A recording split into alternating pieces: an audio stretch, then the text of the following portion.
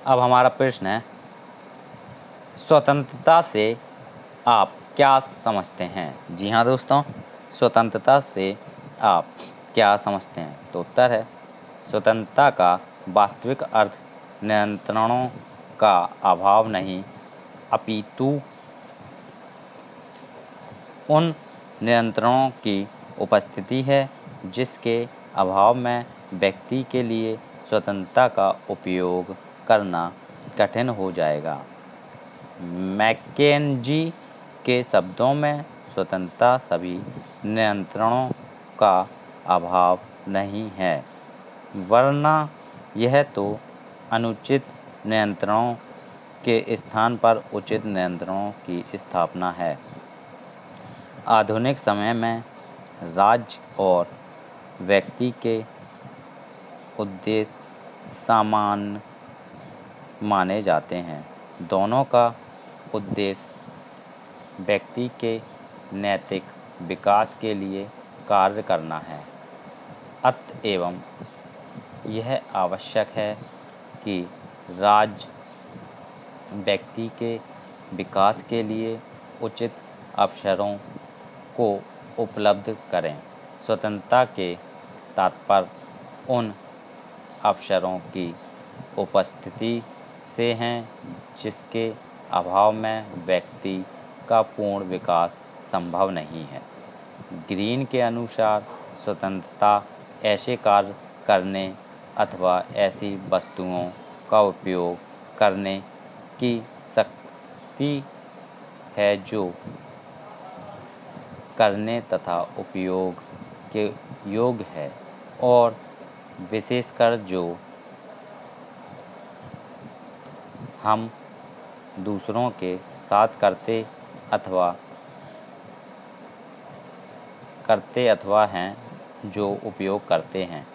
Laski के शब्दों में स्वतंत्रता उन सामाजिक परिस्थितियों पर नियंत्रण का अभाव है जो आधुनिक सभ्यता में व्यक्तिगत सुख के लिए आवश्यक है। राज्य को व्यक्ति के ऊपर नियंत्रण तभी लगाने चाहिए जब वह राष्ट्र की सुरक्षा अथवा समाज की व्यवस्था के लिए आवश्यक हो।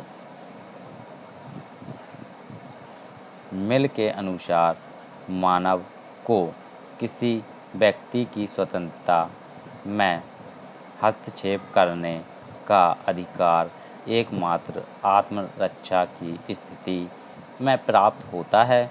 अपने ऊपर, अपने शरीर और आत्मा पर व्यक्ति प्रभुत्व संपन्न और इस प्रकार सामाजिक हित और राष्ट्रीय सुरक्षा के संदर्भ में व्यक्ति के विकास के लिए उपलब्ध अवसरों को ही स्वतंत्रता का नाम दिया जा सकता है। नागरिकता के प्रकार। नागरिकता के प्रकार। तो उत्तर है, नागरिकता के प्रकार। नागरिकता प्रायतः निम्न प्रकार की होती है। जन्मजात नागरिक। जन्म के आधार पर नागरिकता प्राप्त करने के लिए निम्नलिखित बातें महत्वपूर्ण होती हैं। रक्त एवं वंश का सिद्धांत।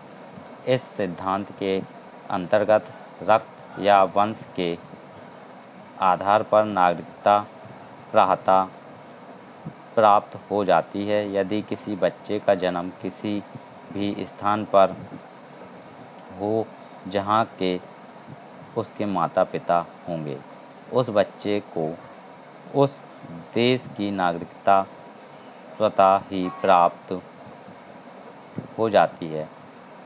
उदाहरण, यदि किसी बच्चे के माता पिता भारतीय हैं और उसका जन्म चाहे किसी अन्य देश में हो, परंतु उसे भारत की नागरिकता ही मिलेगी। जन्म स्थान का सिद्धांत।